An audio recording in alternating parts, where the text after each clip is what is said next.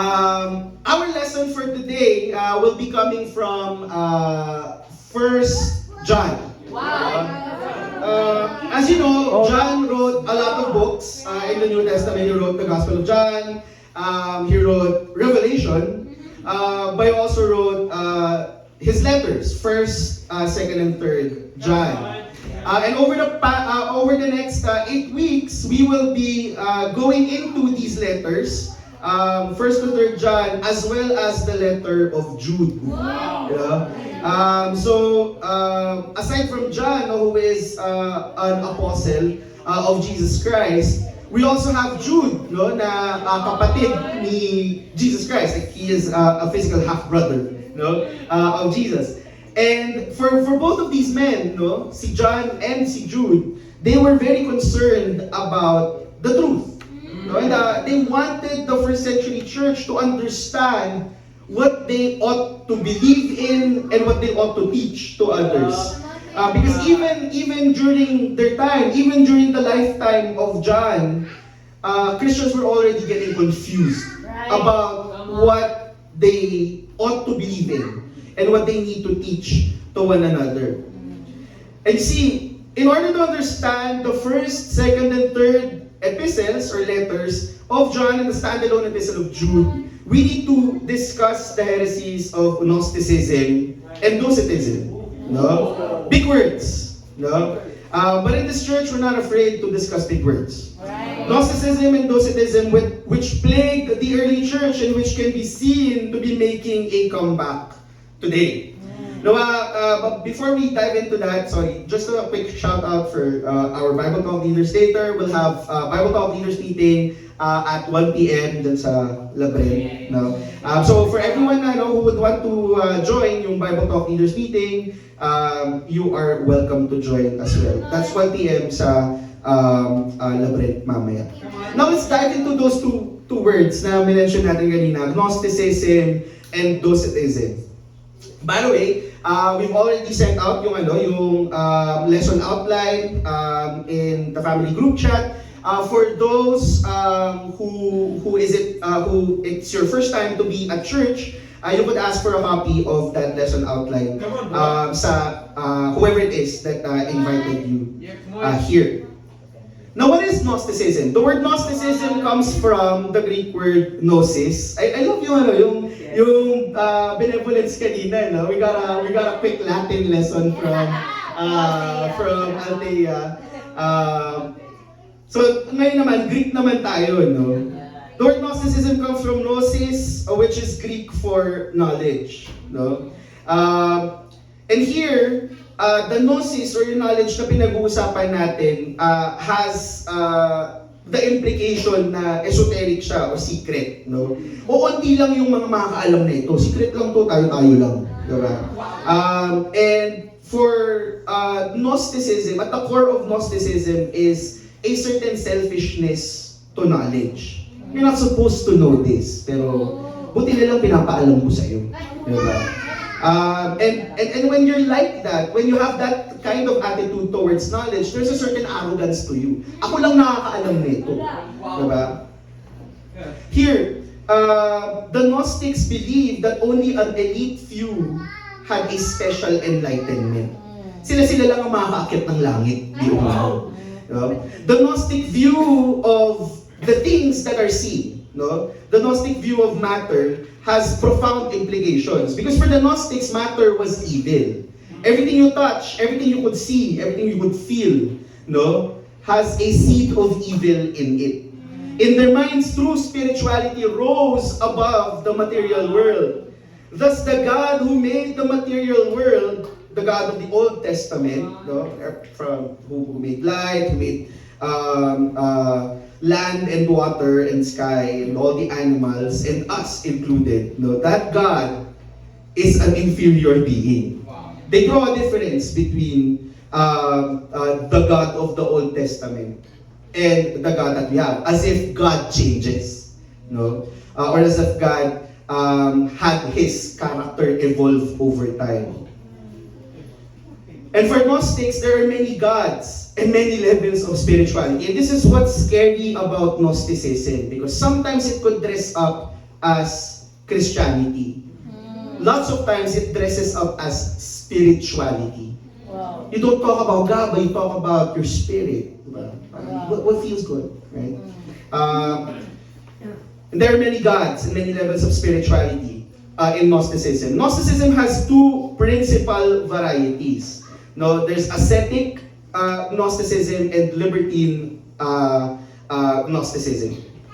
Bear with me here kasi kailangan talaga natin i-define to. Kasi for the next 8 weeks, wala tayong pag-uusapan kundi how do we differentiate ourselves between those who believe in Gnosticism and Docetism and those who stand firm in the Bible. Right. No? Now, Gnosticism, the ascetic strain of Gnosticism advocates the harsh treatment of the body since they believe that flesh is evil. Now this sounds like, you know, when someone goes on a fast, pero yung ano nila, yung motivation nila ay mali. Magpa-fast ka kasi pinapunish mo yung sarili mo. You're being Gnostic right there. No? So we have to be careful about our motivations even in things that look or sound spiritual. Like fasting. You know? We need to understand that when we go on a fast, it's not an ascetic thing na parang pinapunish natin yung sarili natin. Instead, we draw ourselves closer to God by putting ourselves in a position of need. What draws the line is motivation. Then another strain of Gnosticism is libertine. No? Libertine Gnosticism, which holds that what you do to your body or what you do with your body is irrelevant in the grand scheme of things.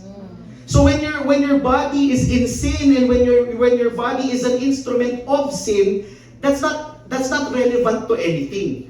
Kasi ang mas importante naman ay hindi yung katawan mo kundi yung spirit mo. Now you start to see that even these strains of Gnosticism can quickly start to sound like Christianity if we're not careful. No, it doesn't matter what you do with your body. Okay lang naman na wag mong alagaan yung katawan mo. It's your spirit that counts. Okay lang naman na magpatato ka. Wala namang kaso dun eh. It's your spirit that counts. Diba? It's okay to not take care of your body. Okay lang naman na unhealthy ka, you're either not eating or you're eating too much. But that's okay because, you know, it's the spirit that counts. No? And we have to be careful about that. We have to be careful about sounding spiritual but not understanding the false doctrine pitfalls that we are coming into. Today we see such doctrines today in people withdrawing from societies, in monasteries, no? Yung mga nagkukuble. Gusto ko lang mapag-isa kasi gusto ko mapalapit with God. So aalis ako mga 1 month, 2 months, 3 months. Kami lang muna ni God. No? That is Gnostic. No? In Hinduism, New Age philosophy, Buddhism, Scientology, and even in mainline Christianity, with teaching that it does not matter what sin you do because grace covers all, or God still loves me.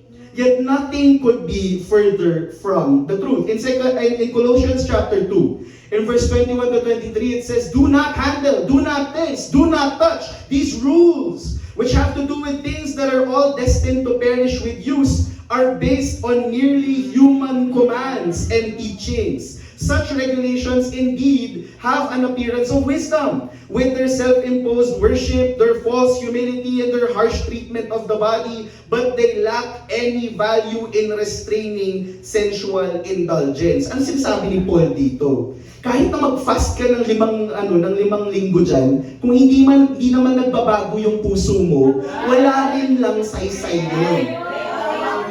What is important? It is what is in the heart, what our motivations are. It is senseless that we try to do penance for our sins, but our attitudes in our heart does not change. That is Gnosticism. Kanina, nasabi din natin yung isang term, Docetism. Ang dami isms, no? Docetism is a corollary doctrine. Ano daw siya? Kadugtong at parallel. Doctrine to Gnostic teaching. A proposition that follows from one already proved. Because matter was inferior to spirit in their thinking, Docetists think Jesus only appeared to have a body. Ano lang siya? Illusion. The term comes from the Greek dokein or seen. Ano lang? Apparent, apparition lang si Jesus. And this is dangerous kasi sometimes you will encounter this kind of teaching. No? Parang Jesus walked among men as spirit. No? Had you followed Jesus around, according to the Docetists, you would have found that he was a phantom figure who left no footprints. Hindi daw siya naglakad in this world as human. This is a heresy exposed in 1st and 2nd John, where the apostle insists that Jesus came in a tangible and visible body. If you read carefully the letters of John, he kept insisting to the people na si Jesus, he was real. And because Jesus was real, he was a human being who walked the earth. That has implications for what we believe in and what he comes to expect of us. Right. In 1 John chapter 1, in verse 1 says, that which was from the beginning, which we have heard, which we have seen with our eyes, which we have looked at, and our hands have touched. This we proclaim concerning the word of God. In verse 2 it says, this is how we recognize, 1 John chapter 4 in verse 2 it says, this is how you recognize the Spirit of God. Every spirit that acknowledges that Jesus Christ has come in the flesh is from God. Yep. And then in 1 John chapter 5 and verse 6 it says, this is the one who came by water and blood, Jesus Christ. He did not come by water only, but by water and blood. And it is the Spirit who testifies, because the Spirit is the truth. You see, in the first century, John was concerned with people who were teaching the wrong things. Right. And it was the deceivers who claimed that Jesus did not come in the flesh. In 2 John chapter 1 and verse 7 says, I say this because many deceivers who do not acknowledge Jesus Christ as coming in the flesh have gone out into the world. Any such person is a deceiver and the Antichrist. Whew, grabe. Wow. That's No? so. There are a number of New Testament references that begin making sense when you realize the nature of the false doctrine that was coming around Right. in the first century. In Colossians chapter 2 and verse 18 to 23, the scripture deals with ascetic regulations. And the specific heresy seems to be a fusion of Jewish and Gnostic philosophy. Ergo, dapat mag-fast tayo to punish our bodies. In 1 Timothy chapter 6 and verse 20, the scripture addresses the Gnostic superiority complex. Yung idea na knowledge of Jesus Christ is an exclusive thing at dapat hindi natin pinapamahagi sa iba. Which runs counter to the mission that Jesus left us, which is to make disciples of all nations, to spread the word of God. The word of God, the knowledge of Jesus Christ is not an exclusive thing. We're supposed to spread it around. In 1st and 2nd John, the apostle deals with Docetism. Later in this lesson series, Jude seems to deal with a libertine form of Gnosticism. And the influences of this kind of thinking of Gnosticism in particular are all around us if we care to see them. And if we do not, the teaching will influence us without us even knowing it. And that's why we need to understand what it is so that we can be careful not to subscribe to it. Right. Sino nakapanood dito ng Matrix? The trilogy? No? Ayan. So for some of you, you know where this is coming from. The Wachowski brothers Matrix trilogy serves as a modern revisioning of the ancient belief, even religion of Gnosticism. See, an obscure, and Gnosticism is this obscure theological and cosmological system that describes a dual cosmos. No? There's one form of the universe and there's the other. No? A dualistic cosmos in which spiritual sparks have become trapped in matter but can be released through saving knowledge or gnosis. No? There is a spirit in everything. For those of you who are dreaming of evangelizing East Asian countries, sino dito gustong pumunta ng Korea? Korea? Korea. Eh, Ayan, ayan, si Clyde. Sino gusto maging mission team member sa Japan? Ayan, okay, so guys, listen carefully because in Japan, they believe that everything has spirit. Everything has spirit. This mic has spirit. That board has spirit. The floor has spirit. No? Everyone has kami. No? And they even call God just one of these spirits, kami-sama. No? This is a deep belief in our part of the world that everything has spirit. You know? And the Greek conception of that is that there are dual universes, a universe of spirit and a universe of matter. And the universe of spirit is trapped in the universe of matter and it needs to be released, no, through saving knowledge. And we have to understand na sa Matrix movie, you take a blue pill and a red pill. A blue pill or a red pill, and you stay in the illusion or you snap out of it. You know?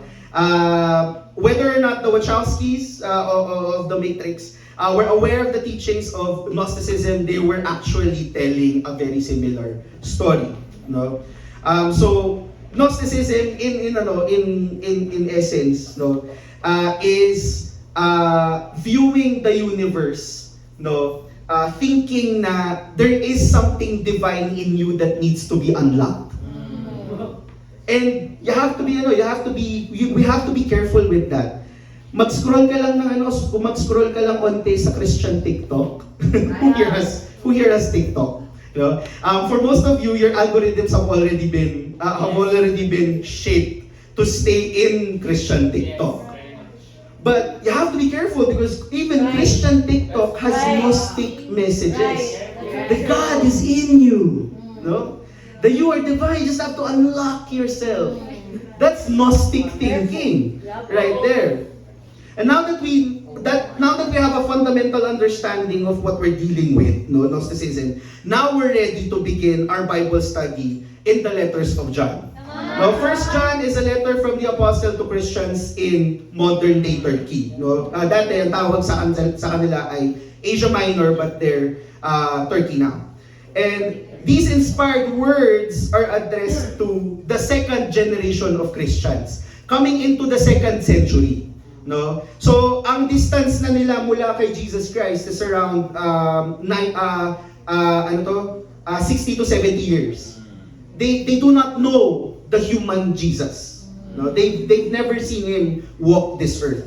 So John took it upon himself to explain, no, in the most sincere terms, that Jesus was human. And the whole generation of true disciples had been converted and they've already died. It is up to their children, yung mga nabaptized nila in the 2nd generation of Christians, to carry the message of Jesus Christ into the future. And it will be down to their willingness to hold on to obedience. And John kept talking about obedience in his letters. And as disciples, even today, we need to hold obedience as a high standard, a high moral standard for all of us. Right. Diba? Sino dito nakakaalala pa ng challenge natin from last week?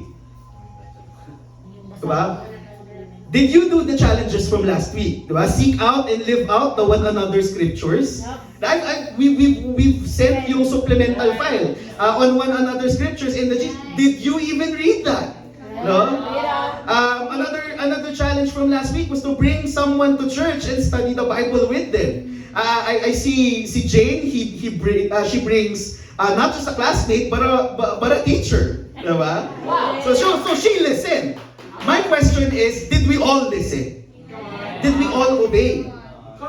See, if you were not able to obey a simple challenge like that, what hope do we have of obeying the gospel for the rest of our life? When we have challenges in lessons, we take these as opportunities to obey. But if we refuse to, how can we obey Scripture? The title of our lesson for today, intro pa lang yun mga kapatid. The title of our lesson for today is Light and Right. light, and right. Let's go to our first point. Jesus lived. In 1 John chapter 1 and verse 1 to 4, it says, "That which was from the beginning, which we have heard, which we have seen with our eyes, which we have looked at and our hands have touched. This we proclaim concerning the word of life. The life appeared. We have seen it and testified to it, and we proclaim to you the eternal life which was with the Father and has appeared to us. We proclaim to you what we have seen and heard, so that you may have fellowship with us. And our fellowship is with the Father and with His Son, Jesus Christ. We write this to make our joy complete." You know, reading this, you get the sense that John is trying to be a careful writer. And before becoming a church worker, I was a journalist. I know what it looks like when you write carefully. You do not want any detail to slip, and you want all the details to be read in the first 3 to 4 sentences. Right. Ayan. Here, John is trying to write carefully. Upo ka dito, anak. Ito yung pag-uusapan natin. Itong Jesus na ito, tao siya. Okay? Maniwala ka. John is emphatic that Jesus Christ came in a physical body, and His life and person were open to verification through the physical senses, sight, hearing, and touch. Right. See, the Docetists at the time were claiming that He came not in a physical body but as some sort of disembodied spirit or phantom. You see, some streams of mainline Christianity think that Jesus was not human. He was just an apparition. And as with nearly all the New Testament letters, 1 John is written to protect the church from that error and guide disciples into the truth. Right. See, John insists that he is a reliable eyewitness of Jesus Christ because he lived and breathed and ate the same food. He saw Jesus alive. It really does matter whether Jesus physically existed, whether He physically came to earth as a man, preached, loved, and resisted temptation as a human, whether He physically died on a cross and physically rose from the dead. If we're not quite sure how important all of that is, consider what Paul said to the Corinthians in 1 Corinthians chapter 15. We'll not read the scripture, but then in essence, what Paul is trying to say to the Corinthians is that if you do not believe that Jesus was human, your faith is futile. Huwag ka na maging Kristiyano kung hindi ka naman naniniwala na naging tao si Jesus. If we are living for a fairy tale, just one more nice religion, we are truly pitiful and pitiable. Kaawa-awa tayo. Kung hindi tayo naniniwala na nagkatawang tao si Jesus. And it is important in our faith to understand that this Jesus also took human form. John stresses here not the divinity of Jesus, but His humanity, which was being questioned. Quite apart from from previous New Testament writers, John wanted people to understand that Jesus was 100% human.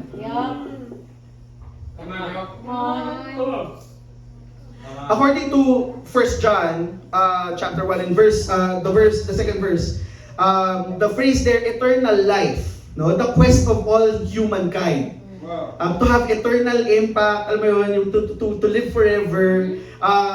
Quite a lot of us would like that, no? And that's the quest of all humankind. Eternal life is available to all, but only through Jesus Christ. It is not by freeing up your spirit from your material existence. You will have eternal life only through Jesus Christ. This means none of us possess it innately. We are not born with the divine in us. It is something that comes only through Jesus Christ. In Romans chapter 6 and verse 23, it says, "For the wages of sin is death, but the gift of God is eternal life in Christ Jesus our Lord." If we are going to hope for heaven, we must believe that Jesus walked the earth, and only through Him can we have eternal life. This implies that no one will truly live eternally who has not come to a knowledge of Jesus Christ. And yet, what an incredible gift for those who are willing to receive Him. Now, we also go back to scripture kanina and there's a mention of fellowship. No? Yeah. Why the mention of fellowship in 1 John? Especially in the 3rd verse. That's because the false teachers, influenced by the Gnostics, had left the church. Umalis na sila. And they formed their own movement. Oh. You see, either you are in the fellowship or you're out of it. There's no middle ground. There's no, ano lang ako, I'm gonna dip my toes into church. No, you do not. You are either out of the fellowship or you are fully in it. There are no Christians on paper. Right. We're all only supposed to be Christians in practice. Right. See, the Gnosticized Christians had gone out of the fellowship and their new church was not in fellowship with the real disciples. Ergo, kapag hindi na tayo pareho ng pinaniniwalaan, wala na tayong pagkakapareho, period. Right. And this is something that we need to be careful about. When we lose our convictions, that's when we let go of the house of God. That's when we forgo our membership in the divine family, in the family of God, of which Jesus is the head. When we try to forget what we have lived for and we were baptized about and what we were studying in the Bible, that's when we let go of our membership in the family of God. You are not leaving a church. You are turning your back on heaven.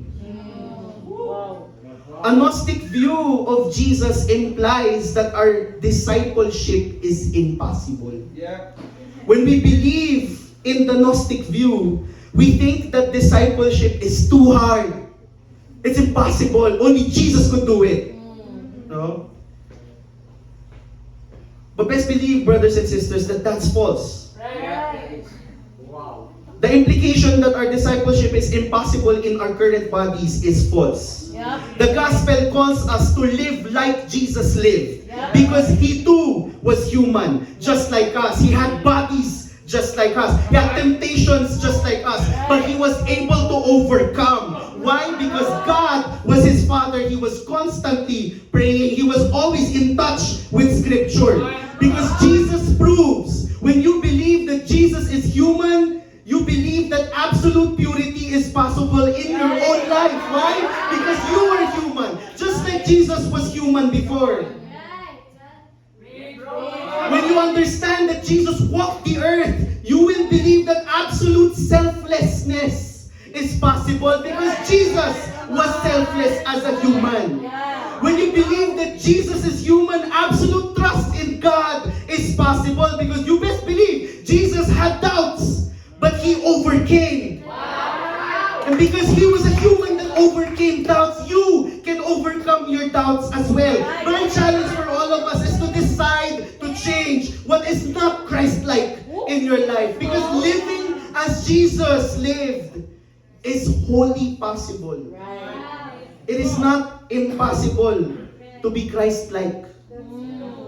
It is impossible to be perfect, but it is not impossible to aspire to be like Christ. To be able to do what Jesus was able to do here on earth.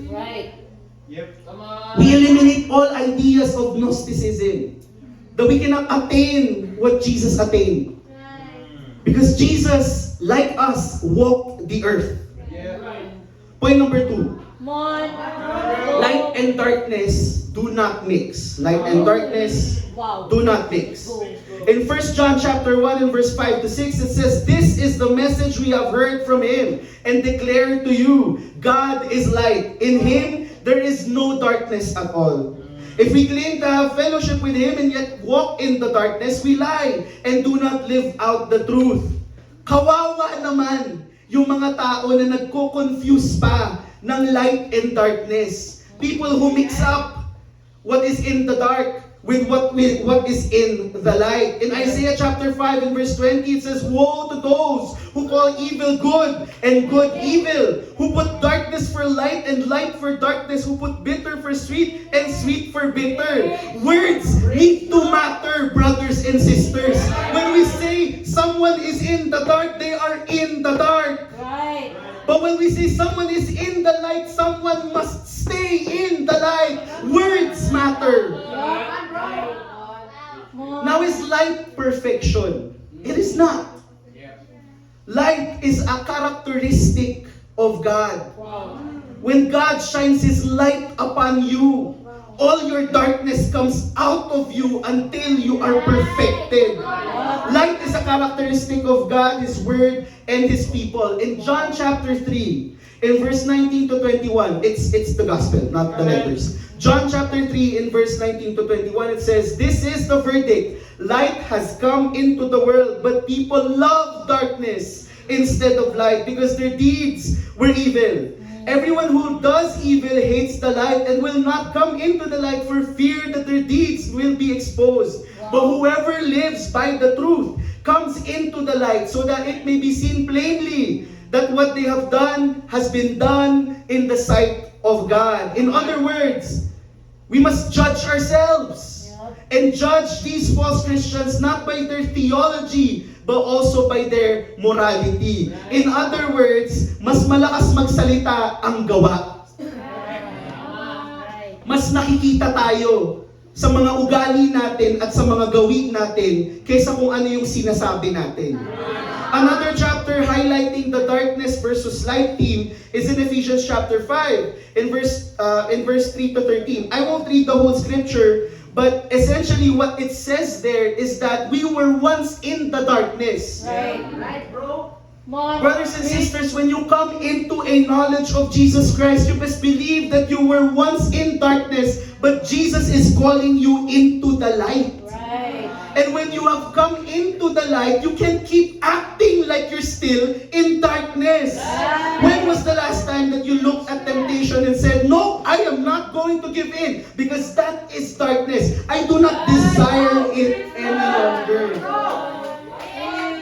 What things have we decided not to follow in our lives because they belong to the darkness and not to the light? Brothers and sisters, I say it again, words should matter. When we say that we are in the light, we should not keep acting like the darkness is still attractive to us. Right. Preach. Gnostic thought implies that our sins and their impact in our lives. You better remember Romans chapter 6 and verse 23. Wages of sin is death, but the gift of God is eternal life through Christ Jesus. Is irrelevant. Sins daw ay irrelevant since Christ's love covers all. That His sacrifice should somehow free us from the fear of the Lord, as if the fear of the Lord is something to be freed from, something oppressive. That the guidance and hand of God in your life is something that you do not want in your life. That is simply false. In Proverbs chapter 9 and verse 10, the fear of the Lord is the beginning of wisdom, and knowledge of the Holy One is understanding. When we say we know God, we must fear God. Words must matter. Titus chapter 2 in verse 11 to 14, it says, "For the grace of God has appeared that offers salvation to all people. It teaches us to say no to ungodliness and worldly passions, and to live self-controlled, upright, and godly lives in this present age, while we wait for the blessed hope, the appearing of the glory of our great God and Savior Jesus Christ, who gave Himself for us to redeem us from all wickedness and to purify for Himself a people that are His very own, eager to do what is good." This morning, are we still eager to do what is good? Are we still living as people in the light, or are we starting to accept that the darkness is still something that we like? Brother, sister, this is the morning for you to repent. My challenge for all of us is to restore your fear of the Lord. You are not being freed mula sa takot ng Panginoon. You are supposed to be fearful of the Lord. We must restore our fear of the Lord. Let's fight sin and darkness at the temptation level. Who knew such a short letter can mean so much? Point number 3, walking in the light. We close out with 1 John chapter 1 and verse 7 to 10. It says, "But if we walk in the light as He is in the light, we have fellowship with one another. And the blood of Jesus, His Son, purifies us from all sin. If we claim to be without sin and deceive ourselves, and the truth is not in us, if we claim to be without sin, we deceive ourselves, and the truth is not in us. If we confess our sins, He is faithful and just, and will forgive us our sins, and purify us from all unrighteousness. If we claim to have not sinned, we make Him out to be a liar, and His word is not in us." Is it possible for a mere human to walk in the light? Absolutely. Absolutely yes. The opponents of John's churches claimed to be in the light, but they were not. But they were not in the light for 3 reasons. Number 1, they were not in the fellowship with true disciples. You see, if you claim to be in the light, you should be comfortable hanging out with disciples. But if you're not in the light, why are you avoiding disciples? In fact, they stood in opposition to the true disciples. See 1 John chapter 4. Another reason why they were not in the light, these opponents of John, is because they did not walk in the light. Their lives reflected a deep darkness in them and a desire for their former lives. They did not walk as disciples. See 1 John chapter 2. See, walking in the light does not mean perfection, but discipleship. This is the main misunderstanding that a lot of us have about discipleship. Discipleship is not calling you to perfection. It's calling you to completeness. It is calling you to faith that God can shape your attitudes and your behaviors. It is God calling you to a faith that you could be changed while you are still here on earth. Discipleship is not perfection, it's just living with God. As 1 John chapter 2 makes clear. If it is impossible to walk in the light, then we are all lost. Because walking as Jesus walked and walking in the light are one and the same. Kung hindi tayo naniniwala na posible ang buhay na matino, na righteous dito sa mundo, tigilan na natin yung pagpunta sa simbahan. See, these opponents of John were also not in the light because they did not admit to wrong and claim to be without sins. Come on. 1 John chapter 1 verse 8 to 10 would show that. Brothers and sisters, we need to understand that walking in the light is not only imperfection. You don't just bask in your imperfection. Diba? As disciples, we are not in the business of wallowing in the mud. And proclaiming to God, God, look at me, look at all of I'm doing. I'm so immoral, I have vices, ang dami ko mga substance abuse problems. Diba? Hello po. We do not live our lives that way.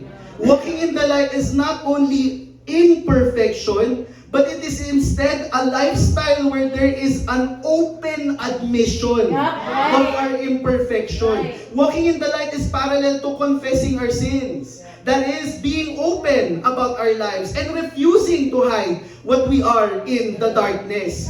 You see, when you are walking in the light, you don't keep secrets. There is no part of your life that is inaccessible. You see, one courageous man of God is going to be baptized today. Ang pangalan niya si Clyde. And you know, it's been so beautiful to see him transform from someone who has kept his life inaccessible to a lot of people, to now becoming a person who lives his life openly and admits sin and confesses and opens up all areas of his life. You know, for some of you, that might sound like a quiet transformation. But for Clyde, it is a complete 180-degree turn. No more secrets. Clyde is now walking in the light. My question is, are we all walking in the light? Are we still keeping secrets? Brothers and sisters, do you enjoy walking in the light? Yes, bro. Or instead of enjoying your walk with God, instead of enjoying the sunshine, you're living with guilt. I love kanina nung papasok ako ng church, I saw si Mami Benny. Nagsa-sunbask lang siya sa labas. She was sunbathing. I love it. Parang shamelessly Baguio, no? Wala. Taga dito ako. Bibili daw ako pag may araw. Biniro ko nga si Mami Benny kanina. No? Dapat talaga lahat ng baby pinapaarawan. So, clearly, Mommy Benny wants to be in the light. She enjoys being in the light. My question is, when the sun comes out and God is exposing you, do you sunbathe? Do you allow yourself to be seen completely?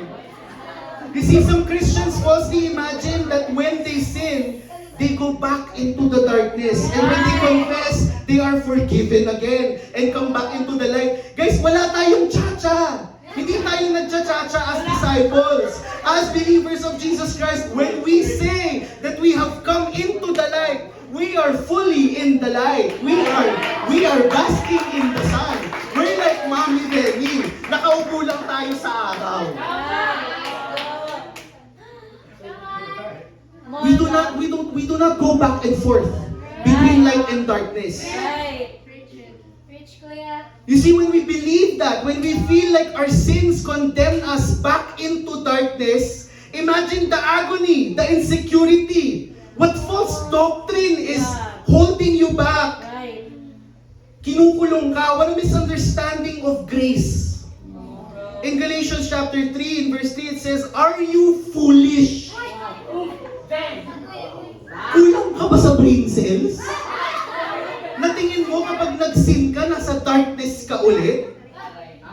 Are you so foolish? After beginning by means of the Spirit, are you now trying to finish by means of the flesh? I am speaking to disciples, both current and former. You have been baptized. You are now in the light. And now it's time for you to make God's words matter in your life. Your sins do not condemn you back to the darkness. You are still in the light, you're just refusing to sunbathe. In 1 John chapter 1 and verse 7 to 9, it says that we are purified from sin even while we are sinning, because in our attitude, we are walking in the light. You see, it's so important to keep the faith even if you are sinning. Even if you are aware that you are fallen, that you have fallen short, and that there are things that you have done that have hurt God, even so, you can have an attitude of walking in the light, an attitude of accepting that you have already received grace. Christians never go back and forth from darkness to light unless they leave the fellowship and at some later time are restored. You see, when we are baptized, we have crossed over from death to life. That's already settled. Later, Clyde will cross over from death to life, and that will be settled in his life. Once the bill is paid, we don't go back to the waitress and say, "Teka lang, hindi pa ako nagbabayad." Bayad ka na! Huwag mo nang doblehin yung bayad mo. Sayang ang pera. Mag-sunbathe na lang tayo. You see, confession is most important. It needs to be a part of our lifestyle. It is part of walking in the light. Mga kapatid, huwag tayong matakot na ma-expose, kasi exposure is our life. However, a Christian who fails to confess every sin will not be condemned. May eksena dito na parang namuhay naman daw siya ng righteous, pero may isa daw siyang unconfessed sin. And you know, sometimes I fall into this false doctrine. Kapag may unconfessed sin ako, feeling ko yun yung magdadala sa akin sa hell. No? But then it's sad that in the hearts of many disciples, there is this misplaced fear, no? That this will be God's way of dealing with them. You see, we need to understand who the Savior is. Right. Why He's even called Savior in the first place. Right. Words must matter. When we believe that Jesus is our Savior, then we believe that we are truly, completely, absolutely, 100% saved. Yup. Right. But you know, there's something that would keep us from being saved. How then are Christians forgiven when they are in sin? Christians are forgiven at the point of baptism and the subsequent confession of sins after they have been baptized. This has been described as a bath and a shower in the blood of Jesus. We as Christians do not need another bath. No? When we are baptized, that's it. Bayad na yung bill. Huwag ka nang bumalik. Diba? When you are baptized, that's it. You have one baptism. And we as Christians don't need the bath again, but it sure feels good to shower off the unrighteousness in the presence of God by admitting our sins, by confessing what we've done. Granted, forgiveness is automatic. Why? Because Jesus has already done the work. So why pray for forgiveness again and again? Why pray when our relationship with God is already secure? Na-forgive na nga tayo eh. So bakit pa tayo magpa-pray for forgiveness? See, for example, in a marriage, no? Sorry, paborito ko talagang punching bag yung ano namin. Yung pagsasama namin siya. We will be celebrating our first anniversary on August 26th.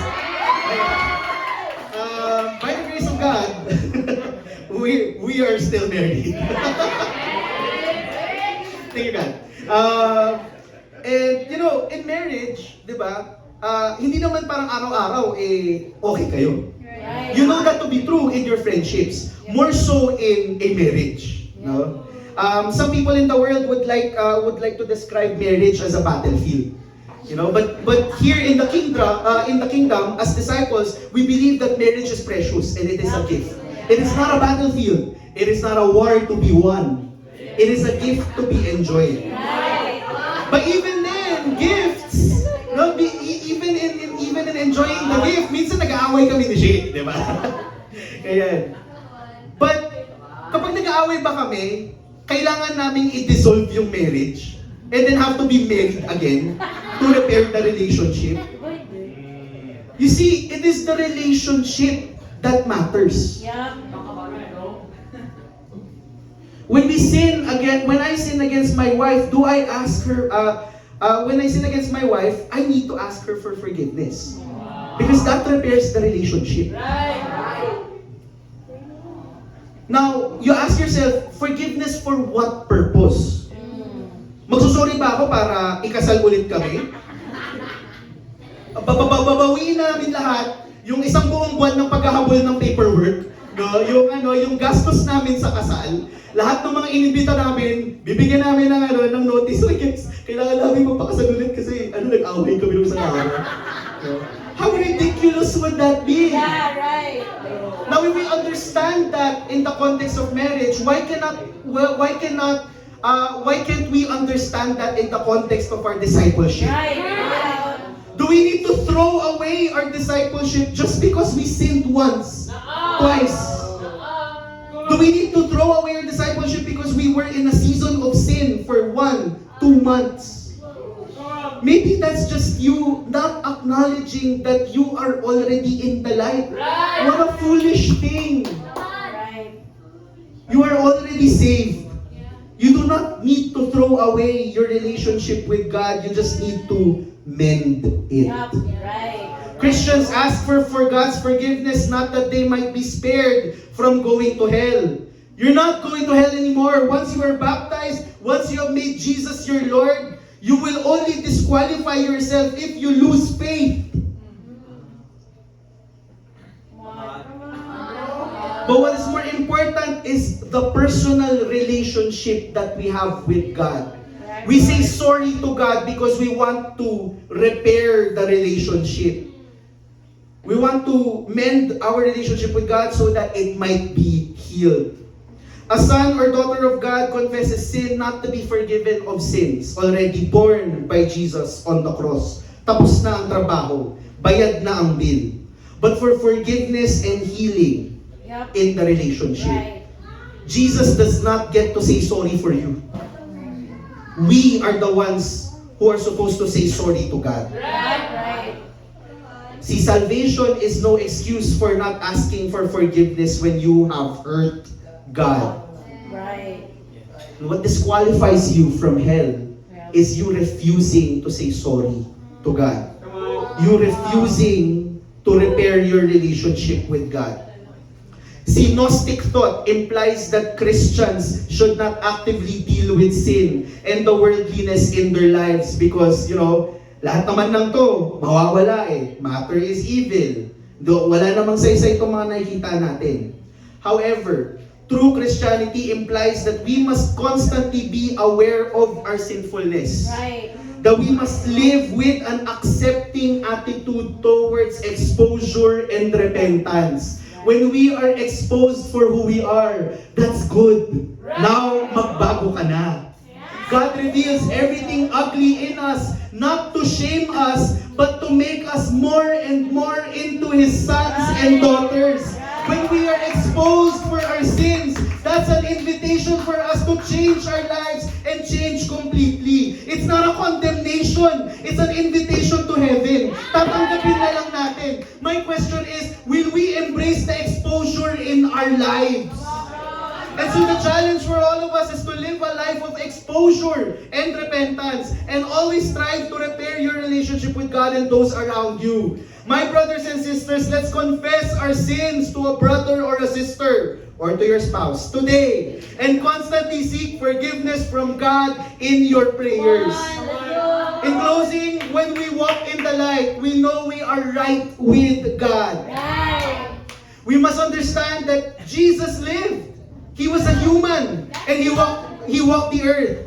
And his life was real. And so his expectations of righteousness from us are real as well. Right. We must understand that light and darkness will never mix. Right. We are Christians who fear the Lord and detest darkness in our lives. Finally, we must understand that walking in the light is good. Exposure is good. Brothers and sisters, let's always seek to repair our relationship with God and each other through confession and repentance. That's our lesson, and to God be all the glory.